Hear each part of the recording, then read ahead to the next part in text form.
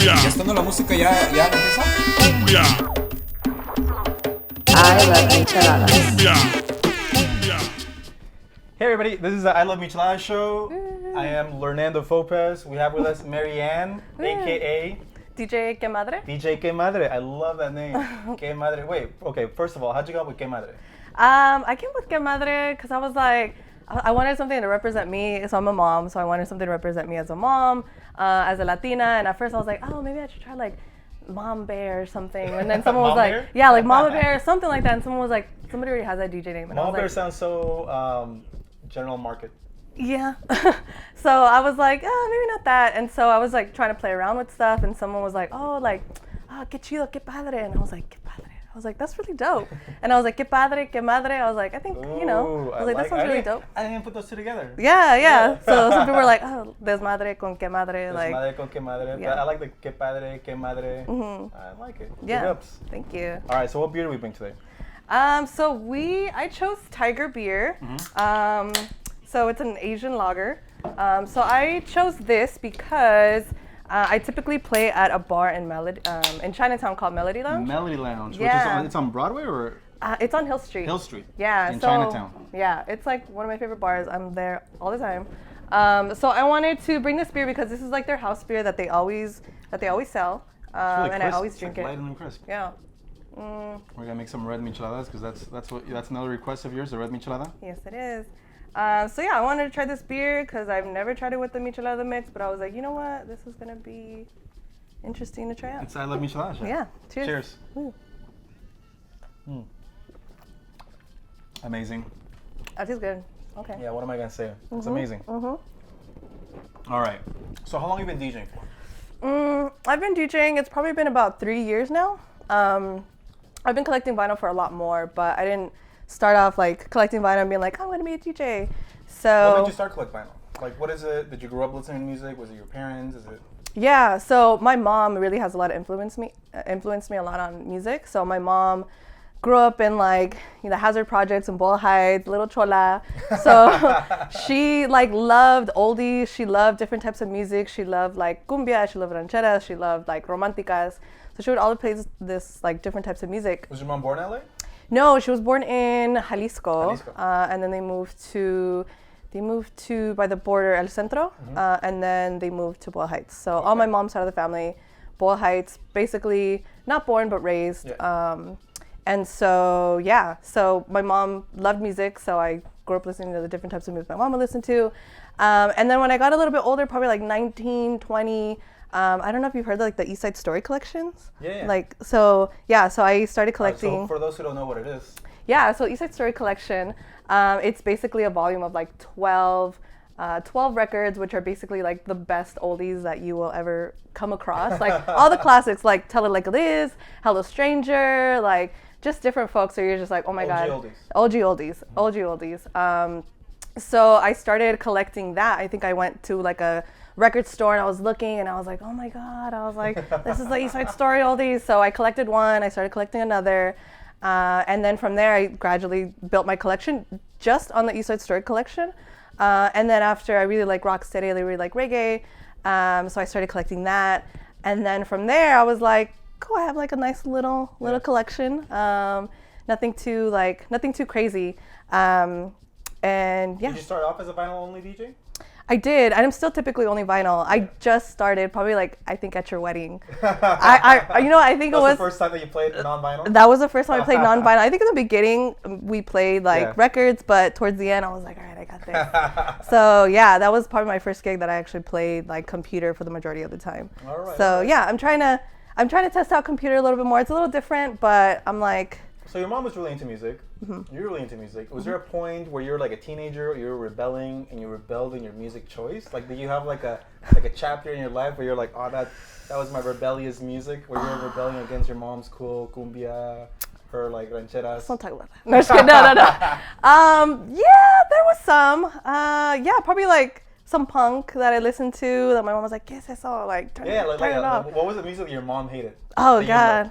That I loved. Oh man, it was like. Was it punk? Is that the? There was some punk. You know what? I'm not gonna lie. I don't really tell people this, but you know, I'm gonna tell everybody. I liked some like emo-ish music. So. There's nothing wrong with that. I mean, I don't like it We all have our anymore. emo days. We all had our emo days. I still do. Maybe not that type of music. My emo music now is like Frank Ocean and stuff. But yeah. I mean, just other types of music that my mom didn't like. Yeah, like punk, some emo music, some like hardcore stuff. My mom just wasn't a fan of it, but That's it's cool. okay. So how do you feel like you developed your DJ style?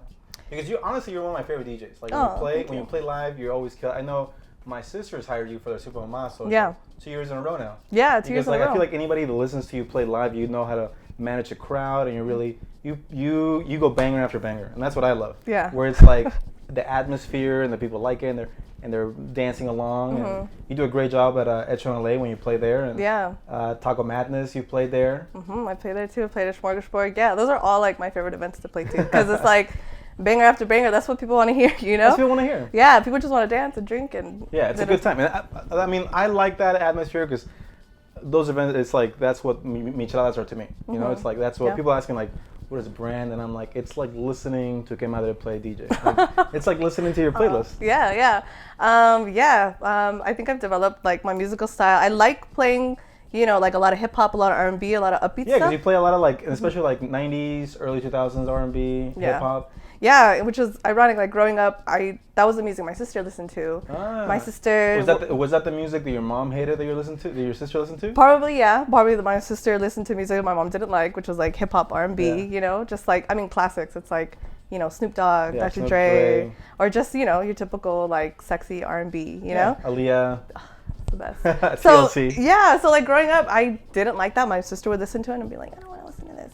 But now, like, I love it. So I hang out with my sister. My sisters come see me DJ. We're like about 6 years apart.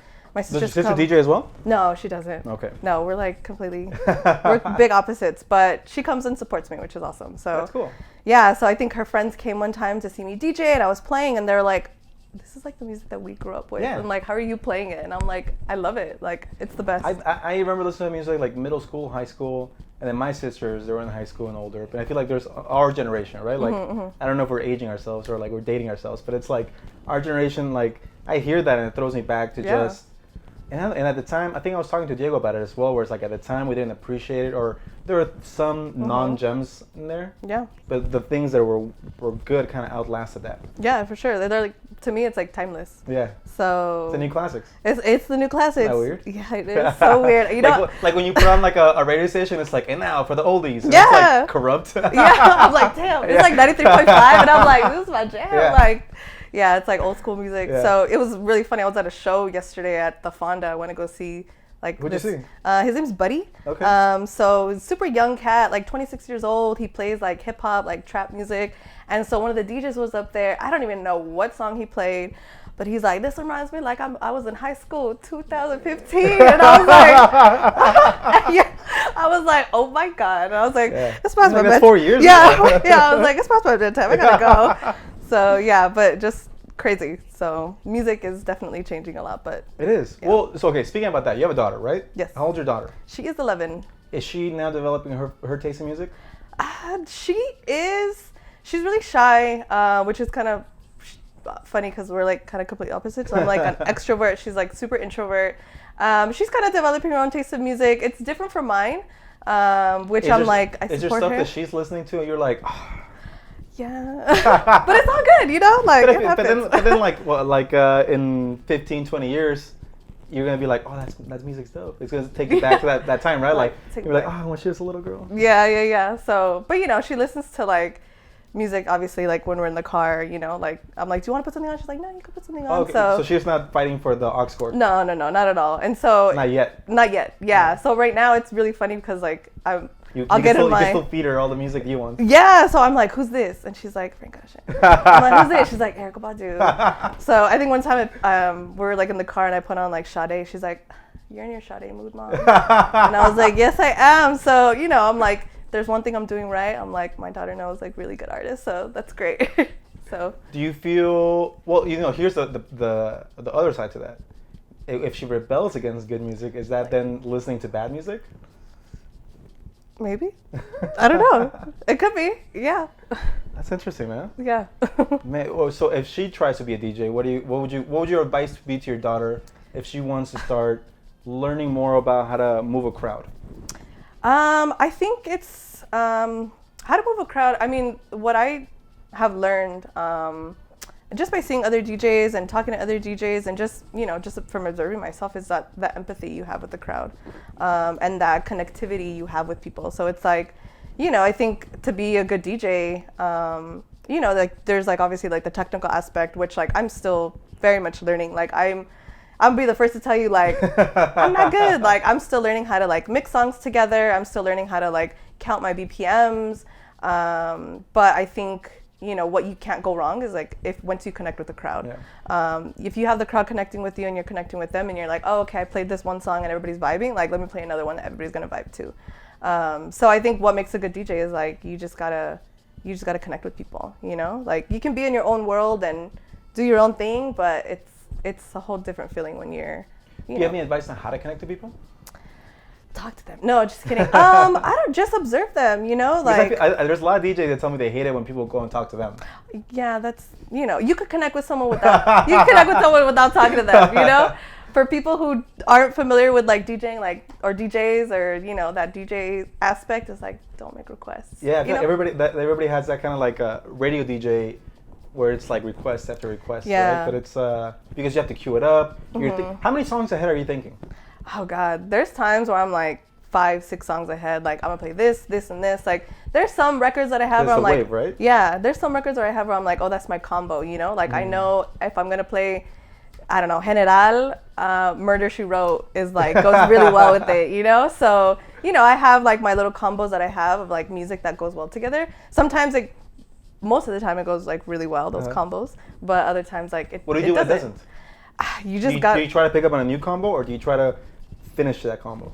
Not always. I try not to. If like, okay, maybe people don't like Murder She Wrote, like I'm gonna play something else. So yeah, it's just honestly like you just have to be able to pivot. Like, I mean, life motto, I guess. Life motto. You gotta be ready to pivot. You just gotta be ready to pivot. Yeah, it's just just feeling the crowd. Like people are dancing, people are grinding. It's like, there you go. I'm doing something right. So. Do you have what's your wildest DJ story? In your 3 years DJing, what's like one crazy story? I mean, it depends on what route you want to go. It's like horrible, like, damn. Let's do a horrible personal story. Let's not put anybody on blast. Like, say, like, equipment failure, stuff like that. Equipment failure. That's the worst. Especially, I mean, you can have equipment failure if you're on a computer. I've heard, like, horror stories of DJs who are like, my computer can't connect to this mixer because this mixer is, like, super old, or, like, I don't have the right drivers. Yeah, something like that, which I'm like, that's way over my head. I'm like, I don't know what you mean, but that sucks. But there's, like, there's so many things, like, when you're a DJ that you have to make sure is, like, right. Like, the turntables have to be good. They have to be, the cables or your needle or your headphones or you forgot adapters. Like, there's so many little things that you need to remember that you have to have all the time. And, like, if you don't, like, have one of those things, like, you potentially could not play. So, in your DJ kit, what's your most valuable tool that people wouldn't think of? Because needles, obviously. But yeah, like, needles. What's your tool that you be your advice to like novice DJs? My Micheladas. Perfect answer. Hold on, let me take a drink. What'd I say? Adapters. I mean, those are all like super obvious things. I don't know. Something not obvious. Something not obvious. What'd I say? Damn. Like mouthwash, something like that. Mouthwash, maybe. My mirror. Your Just kidding. No. Damn, I don't know. Drink tickets? No, just kidding. No. I don't know. That's a tough one. Like my non-essential, it's just music. Like I like to overly prepare. Okay. So it's like how many records per hour do you take? How do you calculate how many records you take? Because you're taking vinyl, so you have to physically take it. Mm-hmm. Like, do I take a lot? Do I take a little? No. Damn, I have this record bag, which is actually like a little rolly cart, which is amazing because carrying records are really expensive. I mean, not really expensive. They're really expensive, but they're really heavy. And so, yeah, I think in this record crate, I could carry like 100 records, which actually you can play a couple hours, probably I want to say like 3 hours if you 3 hours if or you 100. yeah, but if you're really like intentional of like I'm gonna play every single song, and it all depends, like are you gonna play multiple songs off an album, are you gonna play like one song off of an album, you know? You could always, you know, carry 45s or something, which are a lot smaller, a lot, you know, easier to carry. They have less songs on them. They have less songs, one on each side. But like I said, I like to overly prepare because I'm like, I don't want to. There's been times where I'm like, damn, like I should have brought that record. Like that would have gone so perfectly with this night. So it depends. I overly pack. But I'm like, you can't go wrong with overly packing because you're extra prepared. So Well, extra prepared. yeah. Let's leave it there.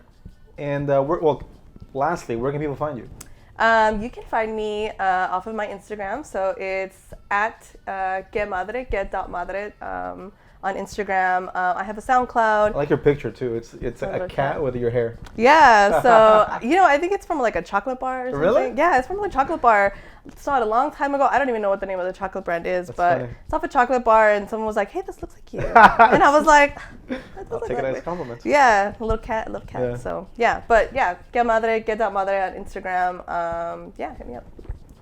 And what nights are you performing at Melody Lounge? I'm typically there first Thursdays of the month. First Thursday of the month. Yeah, so we're going to be playing tomorrow, which by the time I think this airs, Will be yesterday. Will be yesterday. But yeah, I'm going to be playing our Frank Ocean Odd Future Night. I think DJ Fuego touched on also. it. Yeah, he touched on it too because I think all of us are like super obsessed with that night because it's amazing and it's so different than like any other night I'm like a part of. Yeah. I'm also there at Melody third Saturdays of the month, so I'm part of another group called Noche Romantica. We play cumbias. Noche Romantica is super románticas. dope. Yeah, I love Noche Romantica because it's like, you know, it's not your super like modern cumbia. Yeah. We get some of that, but it's a lot of like romanticas, obviously. Yeah. So, you know, just Take your boo. yeah, take your boo, slow dance with your boo.